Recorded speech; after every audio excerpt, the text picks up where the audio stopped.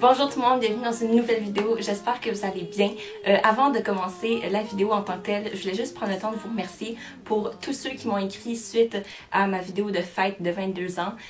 J'adore parler avec vous, vos commentaires, de voir comment ce dont j'ai parlé, ce qui se passe dans ma vie vous a touché. C'était juste hallucinant de voir à quel point ça l'a stimulé la réflexion ou les émotions de certains d'entre vous. C'est vraiment gratifiant pour moi. Puis il y a certains qui m'ont même donné des conseils hyper utiles. Merci beaucoup de commenter, de parler avec moi, puis d'interagir avec moi parce que c'est genre un des principes de YouTube et c'est juste un principe humain qui, je trouve, est très attirant et très important et qu'on devrait tout le temps garder. Désolée, j'ai craqué mes doigts. Mais merci, gros merci à tout le monde. Maintenant, pour le contenu d'aujourd'hui, je vous montre tous les gâteaux, oui, ça serait le fun des gâteaux, mais tous les cadeaux que j'ai reçus.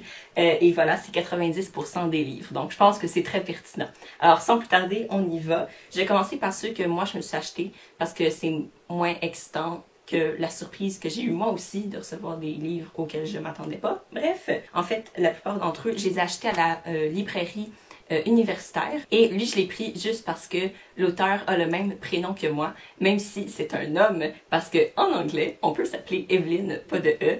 Et puis voilà, je cherche des auteurs avec mon prénom, peut-être par narcissisme, peut-être par pure curiosité et superficialité. Ça me tente d'explorer des livres vers lesquels j'irai jamais. Mais là, justement, je vais avoir la chance d'y aller parce que je suis juste attirée par un prénom. Je pense que aussi ça va me faire découvrir des belles choses. Bref, c'est le roman A Handful of Dust, écrit par Evelyn Vogue. Je sais pas trop comment dire ça.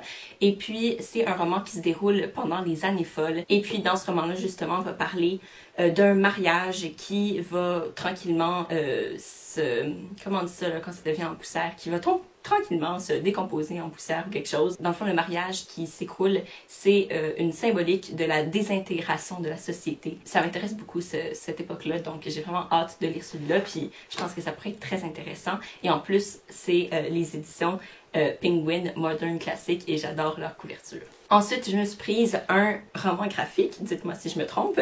Il s'agit de Monsters, écrit par Ken Dahl. Et je connais pas l'auteur, je connais rien en fait, mais je suis intéressée de lire plus de romans graphiques. J'ai d'ailleurs eu une suggestion très récemment qui s'appelle... C'est un titre vraiment connu, donc je me souviens plus, je vais l'écrire dans la vidéo. Donc ça aussi, j'ai l'intention de le lire. Et ici, en regardant rapidement et en lisant, en feuilletant à travers le livre, je me suis rendu compte que ça parlait de STD. Donc c'est l'histoire d'un type qui va, dans le fond, pas vouloir le dire aux autres parce qu'après ça, on va penser qu'il est un monstre. Et là, finalement, il va rencontrer une fille, il va l'embrasser, puis il va lui passer. Et dans le fond, c'est l'histoire de comment vivre avec ce virus-là, puis comment les gens te voient, comment toi tu te vois, comment physiquement, lui il l'a comme justement sur la langue, dans la bouche, partout, comment ça peut être un peu dégueulasse.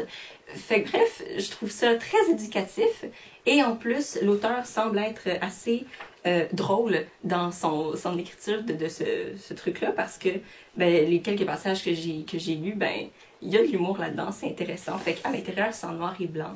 Et puis, je pense que ça va aider à atténuer justement certaines images un peu dégueulasses qu'on pourrait voir, qui sont très imaginatives justement. Ensuite, comme je vais souvent à la librairie d'occasion et indépendante, la librairie L'Échange, oui, souvent j'ai des blancs de mémoire sur des trucs que je connais super bien. Donc, la librairie L'Échange, je vais là et là, je me suis procuré enfin, la première partie de l'ouvrage Maus, qui est un roman graphique, un classique, qui porte sur la Deuxième Guerre mondiale et qui transforme, qui métaphorise les humains en animaux, justement. Et ça, c'est une technique qui a été utilisée pour les romans jeunesse et justement l'innovation que l'auteur fait ici, donc Art Spiegelman.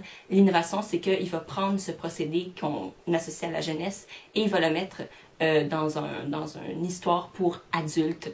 Et ça va montrer que dans le fond, même si on utilise des procédés pour enfants, ou même si on écrit un roman avec des images et tout, le contenu peut être sérieux, peut être, je veux dire, pertinent pour les grands lettrés ou quoi. Ça a juste prouvé que la BD pouvait être quelque chose de sérieux, parler de sujets qui étaient graves et tout. Donc, bref.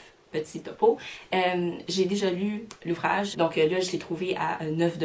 Alors c'est vraiment chouette parce que sinon ça se vend comme 50$ les deux parties ensemble. À l'intérieur, pour ceux qui ne l'ont jamais lu, c'est encore en noir et blanc. Finalement, cadeau de ma tante qui m'a donné une petite attention. Je suis très excitée de cuisiner ça parce que ça a rapport avec la nourriture.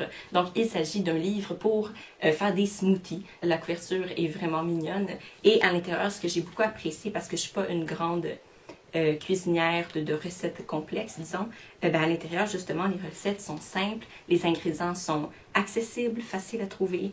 Moi, ça me convient parfaitement. Donc ici, par exemple, on a le smoothie framboise florale et il faut juste des framboises, des fleurs d'hibiscus séchées. Bon, là, je suis tombée sur un truc un petit peu exotique, là, mais ça devrait pas être difficile à trouver. De l'eau de rose, ça j'en ai partout dans la maison, et du sucre en poudre. Hein? Voilà, c'est tout. Et puis, ça donne ça. Ah, en passant à la maison d'édition, j'ai oublié de vous le dire, c'est les petites recettes Hachette. Donc, chez Hachette, voilà. Maintenant, on en vient au livre que j'ai reçu d'une amie et de mon père. Donc, voilà. Je vérifie si ça tourne encore. Parce que, des fois, ma caméra, elle décide d'arrêter de tourner, puis elle me le dit jamais. Il n'y a pas de truc qui s'allume, rien. Il faut que je devine miraculeusement.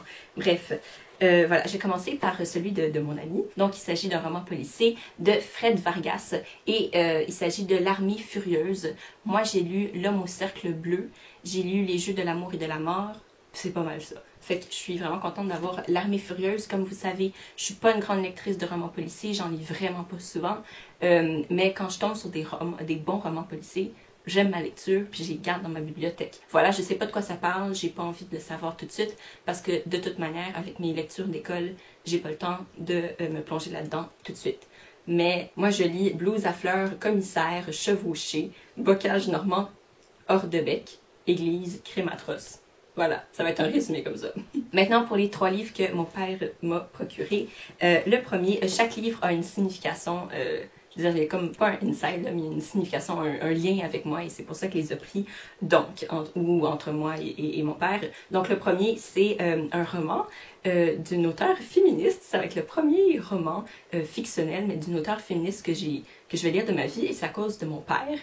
En ce moment, je l'aime vraiment beaucoup. C'est comme, waouh, voir que tu m'as acheté ça, je suis vraiment ravie. Je connais pas du tout l'auteur, mais lui, il a pris la peine de se renseigner. C'est juste merveilleux. Donc, il s'agit de La touche étoile de Benoît Groux, qui est, je pense, québécoise, mais ça se peut qu'elle soit française, mais je pense qu'elle est québécoise. Et puis, voilà, je ne sais encore pas de quoi ça parle, mais dans le résumé, et c'est ça qui a aussi attiré l'attention de mon père, on y voit Sartre, Beauvoir, mythologie grecque, et aussi on parle d'un Irlandais un peu fou, un peu poète. Et là, ça c'est le lien avec le voyage en Irlande que j'ai fait cet été. Fait que ça, mon père, il a fait irlandais, il a fait « Oh! » Fait que, voilà, La touche étoile est une leçon des ténèbres, dite sur le ton de l'allégresse, le roman émouvant et drôle de plusieurs générations de femmes. Alors voilà, je suis très très curieuse.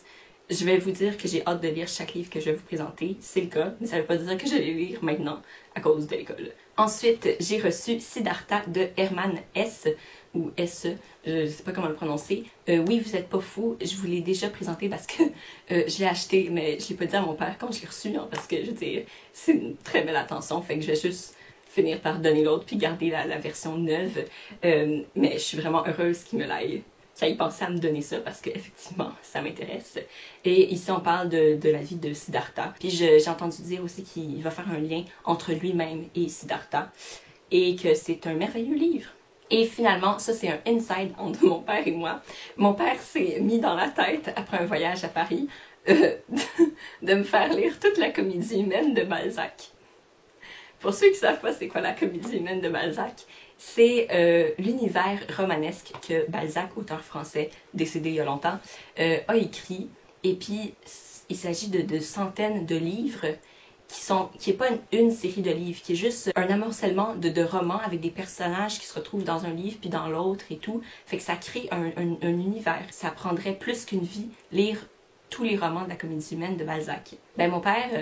ça va être le 3e roman qu'il m'achète. Pas dans l'ordre, alors en plus ça complique les choses. Bref, j'ai même pas lu Tristan et Iseult de la collection de la Pléiade qui m'a acheté il y a 3 ans. Je suis même pas rendue là encore. Il s'agit de La recherche de l'absolu, suivi de La messe de l'athée, préface de Raymond Abellio. par Balzac. Et là, je suis heureuse parce que c'est un petit roman qu'il m'a acheté, c'est pas les gros pavés.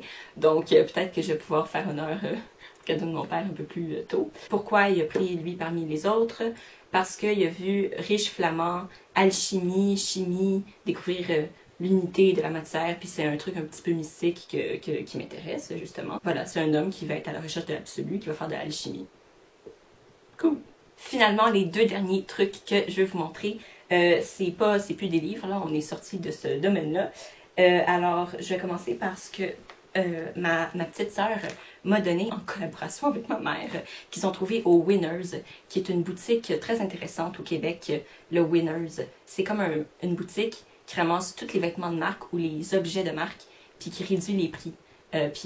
Quand on cherche là-bas, parce qu'il faut chercher, ça va pas nous apparaître comme ça, on peut avoir des beaux petits bijoux, des petites perles qu'on trouve ici et là. Et là, ils m'ont trouvé un album photo pour mettre toutes mes photos de voyage d'Irlande, parce qu'il y en avait un qui traînait dans la maison, un vierge, il était pas assez gros, il avait pas assez de place. Fait que là, ma soeur l'a choisi, puis elle a toute une esthétique très professionnelle, puis tu sais, un peu plus design que moi pour les chambres, la décoration des chambres, par exemple. Elle, c'est slick, elle a l'air d'être plus vieille que moi dans le décor des chambres.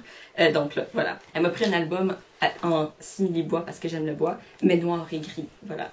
Ce que j'aime beaucoup. Et ça, c'est une photo que j'ai prise moi-même. Je suis très fière parce que, je veux dire, elle est vraiment belle. Fait que je sais pas si vous pouvez la voir, là, bien, mais ça ressemble à ça.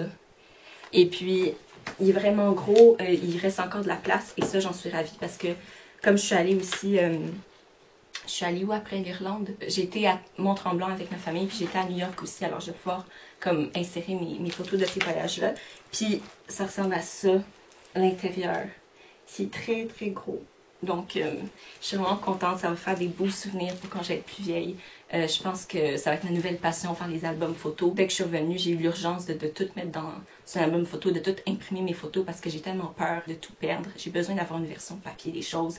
C'est peut-être une déformation professionnelle de lectrice. Et la dernière chose que j'ai reçue, c'est de ma tante et de mon oncle qui sont également parrain et marraine. C'est une super idée. Ils m'ont donné une bouteille à thé pour transporter le thé à l'école. Ben là, j'ai ça. En plus, c'est transparent, fait que je vois combien de thé il me reste. Je suis pas obligée de deviner. J'ai le petit filtre. Ça s'ouvre au centre pour mettre les feuilles. Et checkez-moi bien ça. Ça se transporte comme ça. Fait que c'est bien chouette. C'est une bouteille Trudeau. Non, c'est pas écrit. À ne pas mettre au micro-ondes. OK? Pas au micro-ondes. Ouais. Fait que, ouais, voilà. J'ai une bouteille à thé. Je suis vraiment, vraiment contente parce que je commence à devenir un peu obsessive et capoter envers le thé. Et l'autre, c'est une poche. Et ça, c'est des genres de poches où on met nos vêtements dedans pour mettre dans le gros backpack, le sac de voyage. Et j'ai pas de poche comme ça. En fait, tout l'équipement que j'ai pris pour aller en Irlande, le sac à dos, les petites poches de vêtements, grandes, petites, transparentes, pas transparentes, tout me vient de ma tante et de mon oncle et de mes cousins. Donc, j'ai pris le sac de ma cousine. Fait que là, je commence avec une poche. Et on va y aller un pas de plus à chaque jour. De On-Site Equipment. Et c'est le produit de voyage le plus durable au monde. OK? Fait que, voilà. Que de qualité. Merci, tontine et tonton. Alors voilà, c'était tous les cadeaux que j'ai fait vous présenter pour aujourd'hui. J'espère que vous avez vu des trouvailles livresques intéressantes dans ce que je vous ai montré parce que moi, ça m'a vraiment piqué. On peut pas dire ça, ça m'a piqué ma curiosité, ça l'a piqué ma curiosité définitivement. Donc d'ici la prochaine vidéo qui va être soit avant mes examens ou pendant ma semaine de relâche après mes examens, je vous souhaite de passer une super belle journée, des très très belles lectures, puis on se voit prochainement. Bye!